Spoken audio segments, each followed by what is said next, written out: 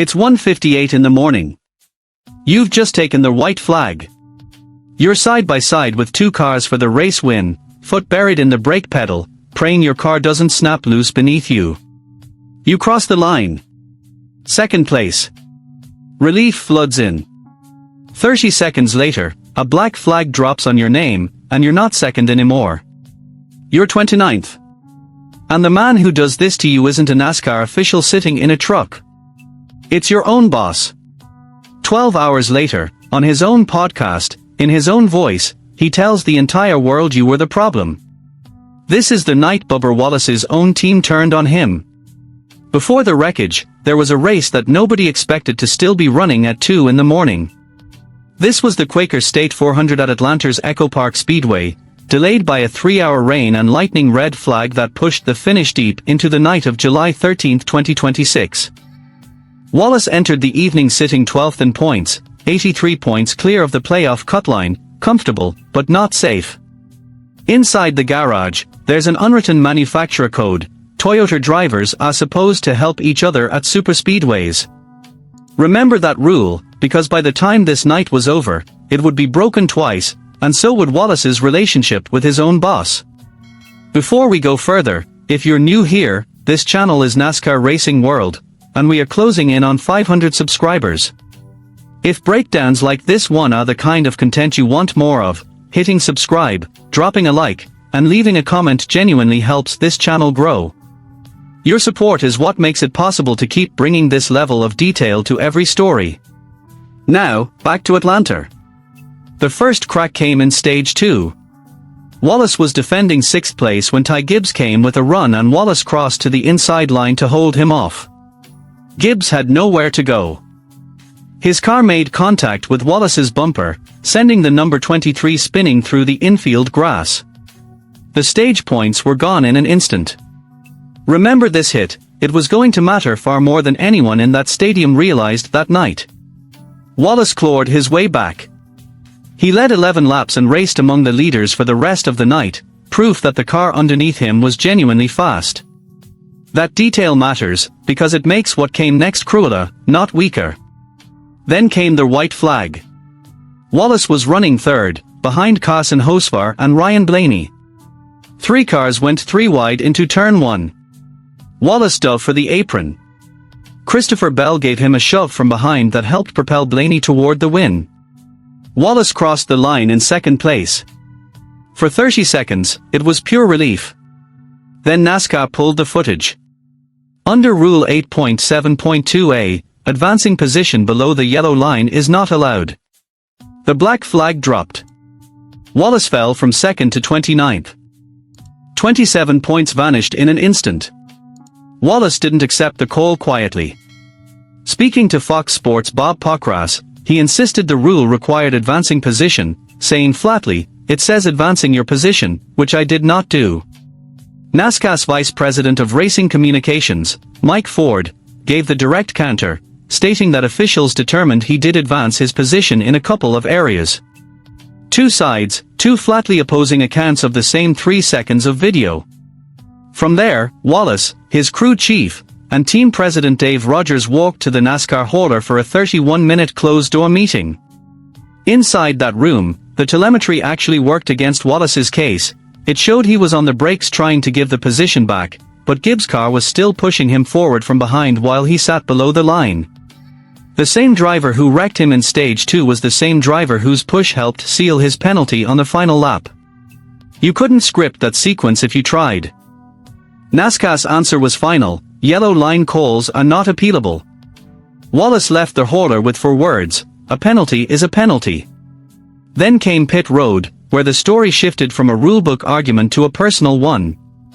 Gibbs approached Wallace to apologize for the Stage 2 contact. It backfired immediately. Wallace told reporters, "We'll be fine." He had the opportunity to give there a lot, and he didn't do that. He said that when he confronted Gibbs directly, Gibbs quickly went on the defense and said, "Don't block." Then came the line built for headlines: "So, yeah, that's Toyota teammates. Don't race very well together." Gibbs, in his own interview, said he went over to apologize but instead met a lot of disrespect, and added that it seemed like the move didn't work out for Wallace after he tried to help him. The numbers only sharpen the contrast.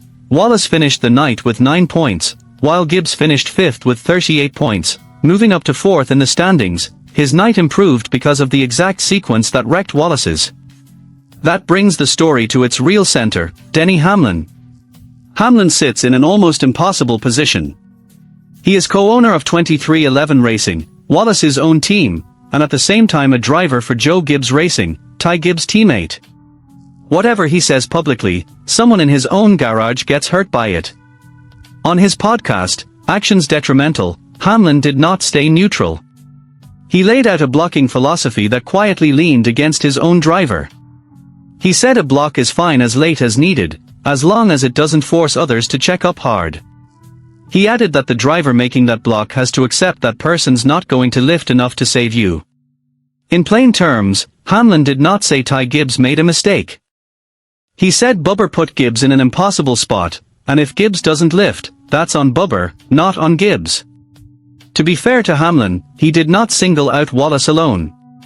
He also called out his other 23XI driver, Tyler Reddick, for similar blocking behavior, suggesting this was a consistent standard applied even against his own team, not personal loyalty to Gibbs. But on the final lap penalty specifically, Hamlin took the opposite side. He defended Wallace's move as the only shot he had to win the race, and separately noted that at one point during the move, Wallace briefly held the lead, even while agreeing that NASCAR's call was correct by the letter of the rule. So which is it? Is Hamlin the fair judge calling it exactly as he sees it, or the boss who couldn't bring himself to fully back his own driver when it mattered most? That question doesn't have a clean answer, and that's exactly why this story hasn't cooled off. This also is not the first time these names have collided. Fans have not forgotten Wallace flipping off Hamlin after a prior last-lap incident between the two, along with Hamlin's cold response on his podcast at the time. Add in the friction with Christopher Bell as a third data point in the same garage, and a pattern starts to form. NASCAR media and fans are already split on this latest podcast episode, with some fan reaction openly calling Hamlin's response contradictory and one-sided. Wallace versus Gibbs was one night. Wallace versus Hamlin is starting to look like a season-long pattern that keeps resurfacing at the worst possible moments. Strip away the emotion, and the numbers tell their own story. Wallace lost 27 points directly, and effectively 28 points relative to the field once the finishing order shifted around him. He dropped from 12th to 13th in the standings. His playoff bonus, tied to stage points and wins, was cut from 20 points down to 15. William Byron leapfrogged him in the standings as a direct result. His cushion above the playoff cut line shrank to just 55 points, with Austin Cindric, Shane Van Gisbergen, and Eric Jones all bunched right behind him. Wallace summed up the danger himself, saying the drivers behind him in points are licking their chops, because his team is not safe. None of this resolves anywhere near cleanly. North Wilkesboro sits just days away, this Sunday, July 19th, as the next pressure test for both Wallace and Gibbs. Beyond that, drafting tracks like Daytona remain on the calendar, meaning the two drivers have zero choice but to line up beside each other again, whether either of them wants to or not. Wallace took the white flag that night believing he had just earned a result that would stabilize his season. Instead, he learned that in this sport, the flag that finishes the race isn't always the one that decides it, and sometimes the hardest hit of the night doesn't come from another car. It comes from your own pit box. Hamlin says he's just calling it like he sees it. Wallace says his own team just threw him under the bus. Who do you believe, and more importantly, who do you want on your side when it's 2 a.m. and the checkered flag is on the line?